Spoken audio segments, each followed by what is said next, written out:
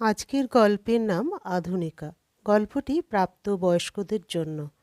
অফিসে বেরোনোর সময় রনিত রাখিকে কিছু না বলেই বেরিয়ে গেল। রাখি ব্যাপারটা লক্ষ্য করেও চুপ রইল। অফিস বেরোনোর সময় এই নিয়ে কথা না বলাই ভালো।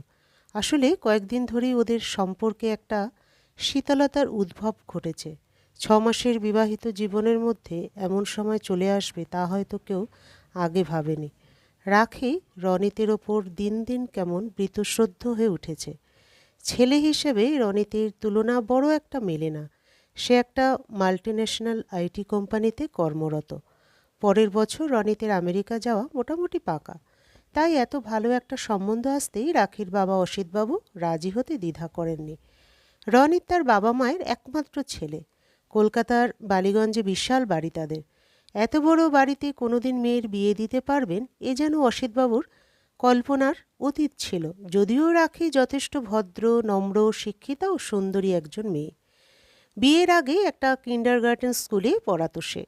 তার পাশাপাশি স্কুল সার্ভিস পরীক্ষার জন্য তৈরি হচ্ছিল। তবে বিয়ের পর রনিতের কথায় তাকে সেই চাকরি ছাড়তে হয়।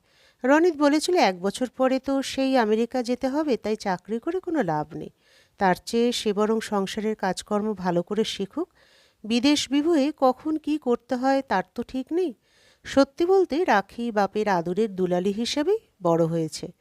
তার মা রীতা দেবী মেয়েকে সমস্ত কাজকর্ম শেখাতে চাইলেও অসিতবাবু বাদ সাধ দেন। তিনি বলতেন ওসব কিছু করতে হবে না এখন, পরে দরকার পড়লে সব নিজে নিজে শিখে নেবে। পরিবর্তিত পরিস্থিতির সাথে নিজেকে দ্রুত অভিযোজিত করতে পেরেছিল বলেই না মানুষ আজ সৃষ্টির শ্রেষ্ঠ জীব। রীতা দেবী তার স্বামীর কথায় খুব রেগে গেল, মুখে কিছু বলতেন না। অতঃপর রাখি সেরকম কাজকর্ম তেমন কিছুই শেখেনি। শ্বশুরবাড়ি এসে নতুন পরিবেশে মানিয়ে নিতে তেমন কোনো সমস্যা হয়নি রাখির। তার শ্বশুর শাশুড়ি যথেষ্ট ভালো মানুষ। তারা ওর সাথে বৌমা কম নিজেদের মেয়ের মতো ব্যবহার করে। এই কয়েকদিনের মধ্যে রাখি গৃহস্থলীর অনেক কাজকর্ম বেশ আয়ত্ত করে ফেলেছে। তবে শ্বশুরবাড়িতে যে মানুষটি ওর সবচেয়ে প্রিয় সে হলো রনিতের ঠাম্মা শিখা দেবী। ভদ্রমহিলার বয়স 70 পেরিয়েছে, তবে চেহারায় এখনও এক অদ্ভুত সৌন্দর্যভাব স্পষ্ট ফুটে বেরোয়। শিখা দেবী ওনার বয়সী মহিলাদের থেকে অনেকটা আলাদা মানুষ। তিনি তার সময়কার ইতিহাসে এমএ পাস ছাত্রী। কলকাতার নামী একটা গার্লস স্কুলের প্রধান শিক্ষিকার চাকরি করতেন। নাত বইয়ের চাকরি ছাড়ানোর ঘটনায় তিনি আপত্তি জানিয়েছিলেন, তবে নাতির সিদ্ধান্তের সম্পূর্ণ বিরোধিতা করেননি শিখা দেবী। একজন বিধবা মহিলা, তবে অত আচার বিচার ধর্মকর্মে মন নেই ওনার। একজন অতি বাস্তববাদী আধুনিক মনস্কা মহিলা তিনি। রাখি কাজ শেষ করে তার ঘরে গিয়ে তার সাথে সময় কাটায়। এই মানুষটির সাথে সব কিছু যেন খুব সহজে আলোচনা করা যায়। এই মহিলাটির ব্যাপ্তি যে বিশাল সে বিষয়ে রাখি নিশ্চিত। মাঝে মাঝে রাখি শিখা দেবীকে বলে, সব মহিলারা যদি তোমার মতো হতো গো ঠাম্মি, তাহলে মেয়েদের দুঃখ আরও অনেক ঘুচত। নাত বইয়ের কথা শুনে শিখা দেবী মুখে কিছু বলেন না, তার ঠোঁটের কোণে একচিলতে হাসির রেখা ফুটে ওঠে। এই শিখা দেবীও কয়েকদিন ধরে অনুমান করছেন রাখির মনের উদ্বেগের কথা, তবে এখনও জিজ্ঞাসা করে ওঠেননি। রাখি আর রনিতের মধ্যে দাম্পত্যে একটা চিড় ধরেছে। রাখি রনিতের থেকে যৌন সুখে পুরোপুরি তৃপ্তি পাচ্ছে না। রনিত প্রতিক্রিয়ায় বেশিক্ষণ টিকে থাকতে অক্ষম।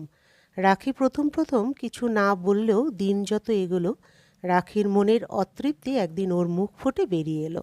সেদিন রাতে অন্তরঙ্গ মুহূর্ত কাটাবার পর রনিত যখন তার বালিশ খুঁজছে, হঠাৎ রাখি বিরক্ত স্বরে বলে ওঠে, রনিত, শুধু নিজেরটুকু নিয়েই সন্তুষ্ট তুমি, তাই না? আমার দিকটা তো এবার ভাবো। রাখির হঠাৎ এই কথায় রনিত বেজায় অবাক হয়ে যায়। রাখির শরীরটা নিয়ে খেলা করে সবে অবসন্ন হয়ে পড়েছিল, ঠিক তখনই রাখি এই বোমা ফাটালো। রনিত বলে ওঠে, কি বলতে চাইছো তুমি রাখি? কেন তুমি বুঝতে পারছো না আমি কি বলছি? রাখির মুখের দিকে কিছুক্ষণ নিশ্চুপে তাকিয়ে থেকে রনিত বিরসবদনে বলে, have you gone out of your mind? কেন? আমি ভুল কি বললাম? যৌন সুখে তৃপ্তিলাভ শুধু কি তোমার অধিকার? আমার কোনো চাহিদা থাকতে পারে না? রনি তার কোনো কথা বাড়ায়নি, পাশ ফিরে ঘুমিয়ে পড়ে। রাখির চোখ দিয়ে অতৃপ্তির জ্বালা জল হয়ে ঝরে পড়ে। রনিত তার খেয়াল রাখে না।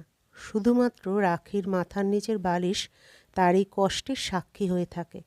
পরের দিন অফিসে কাজের মধ্যে থেকে রনিত গত রাতের কথা ভুলেই যায়।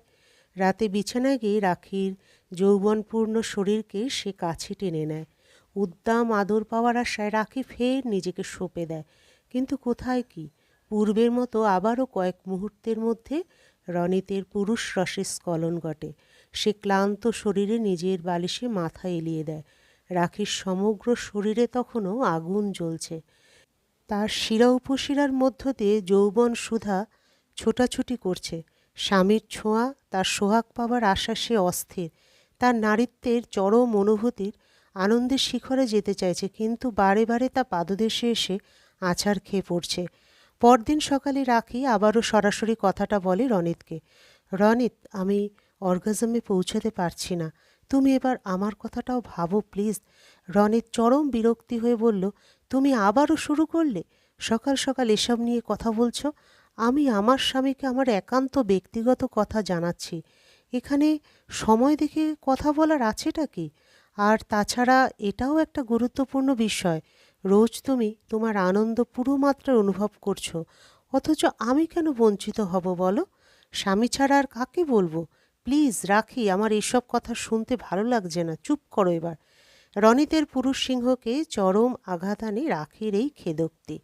রনিতের দেহ সুগঠিত ও বলশালী, বহু বছর ধরে জিম করে বানানো মজবুত শরীর তার, অথচ সে কিনা তার স্ত্রীকে যৌনক্রিয়ায় পরম সুখ দিতে অসমর্থ হচ্ছে।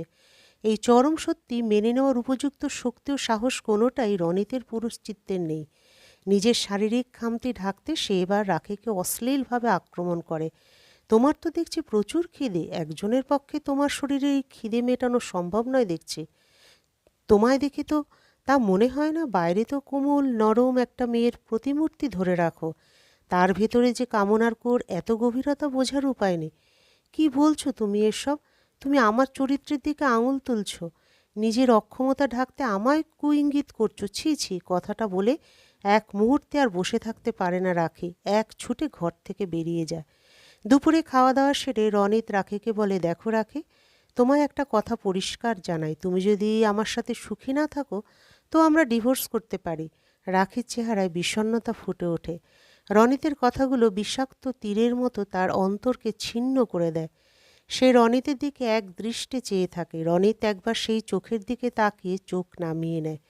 রাখির ওই প্রখর দৃষ্টির দিকে তাকাতে তার পুরুষ সিংহ বাদ সাধে। সেদিন থেকে রাখি তার শারীরিক চাহিদার কথা গলা টিপে মেরে ফেলে। রনিত ওকে চুপ করে যেতে দেখে পুনরায় রোজ রাতে তার স্ত্রীর শরীরে সুধা পান করতে থাকে। কিন্তু রনিত ধীরে ধীরে এবার লক্ষ্য করে রাখি যৌনক্রিয়ায় কোনো সাড়া দিচ্ছে না। সে যেন একটা পুতুলের সাথে রতি খেলা করছে। আস্তে আস্তে রনিত রাখিকে ছোঁয়া বন্ধ করে দেয়। একই বিছানায় দুজনের মধ্যে সহস্র ক্রোশ দূরত্ব গড়ে ওঠে। রীতা দেবী একদিন রনিতের বাড়িতে আসেন মেয়ের সাথে দেখা করতে। রনিতের মা অপর্ণা ও বাবা শেখর মিত্র তাদের বেয়ানকে সাদরে অভ্যর্থনা জানান। শেখরবাবু বলেন, আপনি একলা এলেন যে বড়, বেয়াই মশাই কি আসতে চাইলেন না? রীতা দেবী জানায়, হঠাৎ একটা কাজে একটু আটকা পড়ে গিয়ে সে আসতে পারেনি, তাই তিনি একাই এসেছেন। শিখা দেবী রীতাকে প্রশ্ন করেন, এতদিনে আসা হলো তোমার? মেয়েটাকে দেখতে কি ইচ্ছে হয় না বুঝি? রীতা বলে, মাসিমা, আপনাদের হাতে মেয়েকে তুলে দিয়ে আমরা দুজনে ভীষণ নিশ্চিন্ত। আমি জানি এই বাড়িতে ওর কোনো অযত্ন হবে না। কথাটা বলে শিখা দেবীকে প্রণাম করে রীতা। রাখি ওদের জন্য চা জলখাবার করে আনে। রাখিকে দেখে রীতা দেবী বুঝতে পারেন তার মন ভালো নেই। জলখাবার খেয়ে শিখা দেবী বলেন, যাও মা, মেয়ের কাছে যাও, শোনো তো নাত বউয়ের কাছে ওর এখানে কোনো অসুবিধা হচ্ছে কি না আমাকে জানিও, কেমন? শিখার থেকে বিদায় নিয়ে রীতা রাখির ঘরে আসে। রাখিকে দেখে সে জানতে চায় ওর কী হয়েছে। প্রথমে বলতে না চাইলেও মায়ের বারংবার প্রশ্নের সম্মুখে মুখ খোলে রাখি। সব কিছু তাকে জানায়। মেয়ের মুখের এই কথা শুনে রীতা দেবী আকাশ থেকে পড়ে। কি আজে বাজে কথা বলছিস তুই এসব? এসব কথা বলতে নেই রাখি, ভুলে যাস না স্ত্রীর একমাত্র ধর্ম হলো তার স্বামীকে দেখাশোনা করা, তার সমস্ত চাহিদা পূরণ করা। এটাই আমাদের সংস্কৃতি, এটাই আমাদের সংস্কার। তোকে লেখাপড়া শিখিয়েছি কি এইসবের জন্য? রাখি তার মায়ের কথা শুনে বেজায় হতবাক হয়ে যায়। মায়ের কাছে সহানুভূতি পাবার আশায় কথাগুলো জানিয়েছে সে, কিন্তু পরিবর্তে ওর মা যে ওকে ভুল বুঝছে। রাখির প্রতিবাদী সত্তা তার মাকে বলে, আচ্ছা মা, স্বামীর কাছে এই আশা করাটা কি পাপ? আমি অত শত জানি না রাখি, শুধু এটা জানি স্ত্রীর কর্তব্য তার স্বামীর সেবা করা। মায়ের সাথে আর কথা বাড়ায় না রাখি। এভাবে বেশ কয়েকদিন কেটে যায়। রনিত আর রাখির বৈবাহিক সম্পর্কে ঠান্ডা স্রোতের অনুপ্রবেশ ঘটেছে। অপর্ণা ও শেখরবাবু ধীরে ধীরে তা বুঝতে পারে।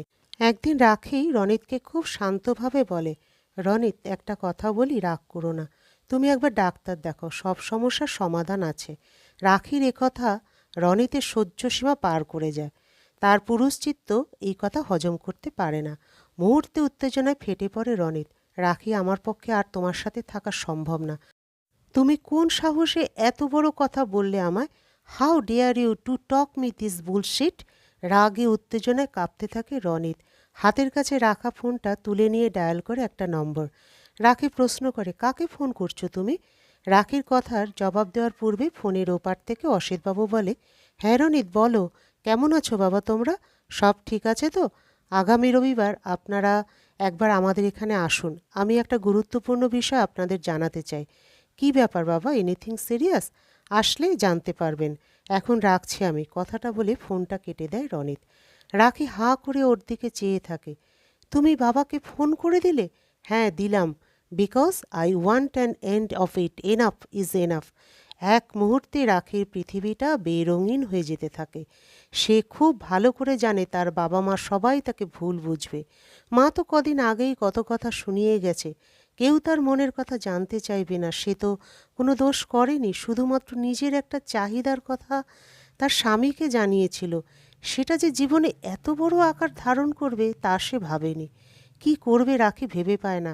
একবার ভাবে জীবনটা শেষ করে ফেলবে, কিন্তু সেই সাহস তার নেই। নিজেকে বড্ড একা, অসহায় মনে হয় ওর। কেউ যে বুঝবে না ওর মনের কথা। এই বিশ্ব সংসারে এমন কেউ কি নেই যে ওকে বুঝবে?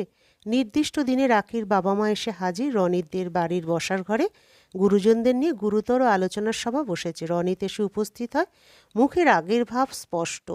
রাখি ঘরের এক কোণায় দাঁড়িয়ে। যে মানুষটা নির্লিপ্তভাবে সোফায় গা এলিয়ে বসে আছেন তিনি হলেন রনিতের ঠাম্মি শিখা দেবী। মনের মধ্যে উত্তেজনা থাকলেও তাকে দেখে বোঝার উপায় নেই। রাখিকে ডেকে নিজের পাশে বসালেন তিনি। অসিতবাবু জিজ্ঞাসা করলেন, তা কি ব্যাপার, একটু খুলে বলো তো। পরিস্থিতি বিচার করে তো মনে হচ্ছে গুরুতর কিছু। রীতা দেবী হয়তো খানিকটা আন্দাজ করতে পারছেন। কয়েকদিন আগেই রাখি যেসব কথা তাকে বলেছে এই নিশ্চয়ই তার জের। মনে মনে প্রমোদ গুনছেন তিনি। রনিতের বাবা শেখর এতক্ষণে মুখ খুলল। তিনি বললেন, কি বলবি বল, ওনাদের হঠাৎ ডেকে পাঠালি, আমাদেরও অন্ধকারে রেখেছিস। Anything serious? রনিত বলল, অবশ্যই সিরিয়াস ম্যাটার, না হলে ওনাদের কষ্ট করে আসতে বলতাম না বাবা। তা কি সেই ম্যাটার শুনি। রনিত বলতে শুরু করলো, তোমাদের সকলকে একটা গুরুত্বপূর্ণ কথা জানাই। আমি রাখির সাথে আর থাকতে পারবো না। ওই রকম ঘৃণ্য প্রকৃতির মেয়ের সাথে আমার থাকা অসম্ভব। ঘরের মধ্যে যেন বজ্রপাত ঘটল রনিতের বিস্ফোরিত এই মন্তব্যে। হঠাৎ বাজ পড়লে সবাই যেমন চমকে যায়, রনিতের অভাবনীয় এই কথায় সকলেরই তাই অবস্থা। শুধু সত্তরোর্ধ্ব একজন মহিলা এখনও অবিচল। অসিতবাবু বললেন, কি বলছো তুমি বাবা? এই কয়েক মাসের মধ্যে এমন কি ঘটল যার জন্য তুমি এত বড় একটা কথা বললে? শেখরবাবুর অবস্থাও তথৈবচ। কি বলছিস তুই রনিত? তোর মাথা ঠিক আছে তো? থাকতে পারবি না মানে? থাকতে পারবো না মানে থাকতে পারবো না। তারপর অসিতবাবুকে উদ্দেশ্য করে বলে, আপনার মেয়ে সহবত জানে না, এত নীচ মানসিকতা ওর, তা আগে বুঝিনি আমি। রাখির দু চোখ দিয়ে অবিরাম অশ্রুকণা ঝরে চলেছে। শিখা তাকে আশ্বস্ত করে বলেন, কাঁদিস না মা, আমায় আগে সব শুনতে দে। রনিত একই রকম উত্তেজিত ভঙ্গিতে তার বাবাকে বলে, জানো বাবা ও কি বলেছে? ও আমার সাথে শুয়ে পরিতৃপ্তি পাচ্ছে না। আমি ওকে সম্পূর্ণ আনন্দ দিতে পারছি না। আচমকা এমন মন্তব্যে সকলে হতবাক। রাখি শিখার ঘাড়ে মুখ লুকিয়ে নেয়। অসিতবাবু মাথা নিচু করে বসে। রনিত বলে চলে, তোমার বৌমা আমায় বলেছে ডাক্তার দেখাতে, আমি নাকি নপুংসক। শেখর আর সহ্য করতে পারে না। সে বলে ওঠে, চুপ কর তুই, কি নোংরা কথা বলছিস। অপর্ণা দেবী ভাষা হারিয়েছেন। এসবের মধ্যে হঠাৎ রীতা দেবী তার চেয়ার ছেড়ে উঠে এসে রাখির চুলের মুঠি টেনে ধরে। তিনি প্রচণ্ড রাগ ও অপমানে তাকে একটা চড় মারতে উদ্যত হন। ঠিক এই সময় গর্জে ওঠেন শিখা দেবী। রীতাকে থামিয়ে বলেন, এ কী করছো বৌমা? মা হয়ে মেয়ের পাশে না দাঁড়িয়ে ওকে মারতে এসেছ? রীতা বলেন, মাসিমা, ও আমার মেয়ে নয়। আজ ওর জন্য আমাকে আর ওর বাবাকে কতটা অপমানিত হতে হলো বলুন তো। শিখা বলে, কে তোমাদের অপমান করেছে এখানে? তোমরা রনিতের কথা ধরছো? যে ছেলে তার স্ত্রীকে সম্মান করতে পারে না তার কথা ধরছো তুমি? শিখা দেবীর কথা শুনে শেখর মুখ খুলল। সে বলল, মা, কি বলছো তুমি এসব? শেখরকে সজোরে একটা ধমকে দিলেন শিখা দেবী। তারপর বলে, তুই চুপ কর। তখন থেকে তোর ছেলে এতগুলো বাজে কথা বলে গেল, তখন পারলি না ওকে ধমকে চুপ করাতে? এখন আমায় চুপ করাচ্ছিস? ঘরের মধ্যে চলতে থাকা এই কথা কাটাকাটিতে অসিতবাবু ব্যাপক দোটানায় পড়লেন। কার হয়ে তিনি কথা বলবেন ভেবে পেলেন না। রনিত তার ঠাম্মাকে বলে, তুমি এসব কি বলছো ঠাম্মি? সব জেনে শুনে চুপ করো তুমি, একটাও আর কথা বলবে না। স্বামী স্ত্রীর সম্পর্কের মাহাত্ম্য তুমি বোঝো? বুঝলে নিজের বইয়ের নামে এতগুলো নোংরা কথা বলতে না। স্বামী স্ত্রীর সম্পর্কের সূক্ষ্ম রসায়ন অত সহজ নয় রনিত। এ সম্পর্ক জন্ম জন্মান্তরের সম্পর্ক। ঠাম্মি প্লিজ, না, তোমায় এবার শুনতে হবে। কি এমন দোষ করেছে ও যে এতগুলো কথা ওকে শুনতে হলো? তারপর তার নিজের পুত্রবধূ ও রাখির মাকে উদ্দেশ্য করে তিনি বলেন, আচ্ছা, তোমরা মেয়ে হয়ে একটা মেয়ের মনের কষ্ট বুঝলে না? তোমরা কেমন মা? অপর্ণা শান্তস্বরে বলল, মা, রাখি যা করেছে তাকে সমর্থনযোগ্য? শিখা উত্তর দেন, কেন সমর্থনযোগ্য নয় তা একবার বলো দেখি। ও ওর স্বামীকে মুখ ফুটে নিজের অন্তরের কথা জানিয়েছে, এতে দোষ কি? ও তো বাইরের কাউকে বলেনি বা এটা নিয়ে রনিতকে কটাক্ষ করেনি। স্বামীরও এটা কর্তব্য তার স্ত্রীর ইচ্ছা আকাঙ্ক্ষাকে মর্যাদা দেওয়া। তা না করে তোমার ছেলে নিজেদের একান্ত ব্যক্তিগত কথাকে সকলের সামনে এনে তাকে কলুষিত করেছে।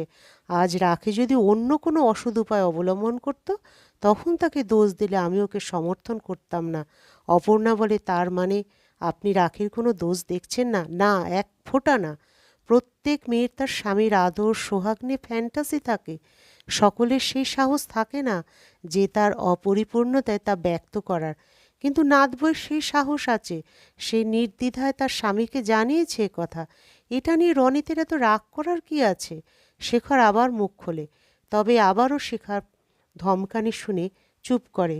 শিখাদেবী বলে চলে, আমিও তোমার শ্বশুরমশাইকে আমার অতৃপ্তির কথা জানিয়েছিলাম, কিন্তু এক মুহূর্তের জন্য উনি রাগ করেননি।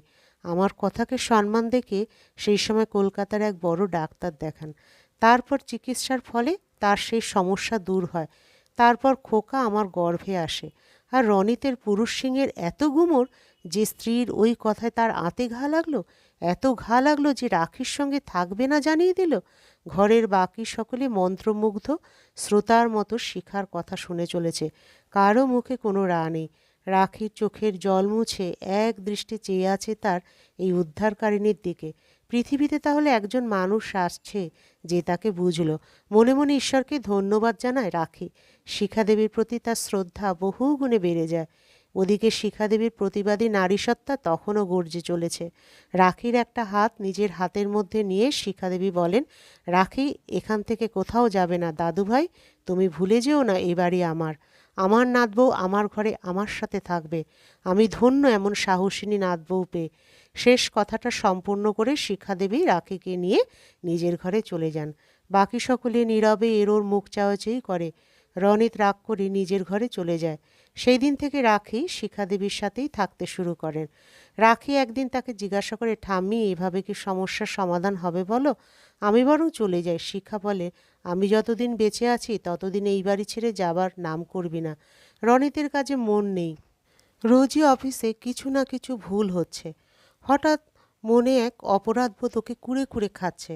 অর্ক সেটা বুঝতে পারছে। অর্ক রনিতের সহকর্মী। শুধু সহকর্মী বললে কম বলা হবে। অর্ক রনিতের খুব ভালো বন্ধু, অথচ রনিত এই ব্যাপারটা তাকে বলে উঠতে পারেনি। রনিত ভিতর ভিতরে হয়তো নিজের এই দুর্বলতার ব্যাপারে অবগত ছিল। সেদিন লাঞ্চ টাইমে অর্ক ওকে জিজ্ঞাসা করে, রনিত, তোর কি হয়েছে বলতো? কদিন ধরে দেখছি কাজে মন নেই তোর। কাজে এত ভুল হচ্ছে আজকাল। এরকম তো তোর হয় না। রনিত কথাটা এড়িয়ে যেতে চায়, কিন্তু কোথাও এই কথাটা কাউকে বলতে চাইছিল ওর মন। তাই অর্ককে জানায় অফিস থেকে বেরিয়ে সব বলবে। অফিস থেকে বেরিয়ে বড় রাস্তার মোড়ে কফি শপে যায় ওরা। রনিত গড়গড় করে সব ঘটনার পুঙ্খানুপুঙ্খ বিবরণ দেয় অর্ককে। কিছুক্ষণ সব শুনে অর্ক চুপ থাকে। তারপরও মুখ খোলে। ও বলে, তোর ঠাম্মিকে খুব দেখতে ইচ্ছা করছে রে। এরকম মহিলাও আছেন। আমি তো ভেবেই পাচ্ছি না। অর্কের কথা রনিত বুঝতে পারে না। সে বলে, মানে তো কিছু নেই এতে রনিত। রাখি ভুল তো কিছু বলেনি। একজন যোগ্য সঙ্গী হিসেবে যা করা উচিত তাই করেছে। তোর ঠাম্মি এটা বুঝে গেল আর তুই এটা বুঝলি না? রনিত বন্ধুর কথা শুনে থমকে যায়। সে হয়তো অন্য কিছু শোনার আশা করেছিল। অর্ক বলে চলে, তুই ভালো কোনো ডাক্তারের সাথে কনসাল্ট কর। আমি বলছি সব ঠিক হয়ে যাবে। রাখিকে দূরে সরিয়ে দিস না ভাই। রনিত কিছু না বলে কফিটা শেষ করে বাড়ির পথ ধরে। বাড়ি এসে সেদিন রাতে কিছু খায় না রনিত। রাখি শিখার ঘর থেকে সব খেয়াল করে, কিন্তু শিখা দেবীর নির্দেশে কাছে আসে না। সারা রাত দু চোখের পাতা এক করতে পারে না রনিত। এই চরম সত্য মেনে নিতে খুব কষ্ট হয় তার। শেষ রাতে চোখটা একটু লেগে আসর। ঘুম ভেঙে ব্রেকফাস্ট না করে অফিসে চলে যায় সে। অর্ক তখনও অফিসে আসেনি। রনিত ওর জন্য অপেক্ষা করতে থাকে। অর্ককে অফিসে ঢুকতে দেখে ছুটে যায় তার কাছে। রনিত বলে, একটা উপকার করবি ভাই? কি বল? একটু আগে একজন ডাক্তারকে ফোন করেছিলাম। দুপুরে ওনার চেম্বারে যেতে বলল। তুই যাবি আমার সাথে? অর্কর মুখের হাসি ফুটে উঠল। সে বলে, দেখ, সে যেতে আমার কোনো অসুবিধা নেই, তবে আমি বলি তুই রাখিকে সঙ্গে নিয়ে যা, ও খুব খুশি হবে। রনিত জানায়, আমিও তাই চাই, তবে যা ব্যবহার করেছে ওর সাথে, তারপর আর কি যেতে চাইবে? মুচকি হেসে অর্ক বলে, একবার ফোনটা করেই দেখ না। অর্কের কথায় ফোনটা করে রনিত। ওপার থেকে রাখি হ্যালো বলল।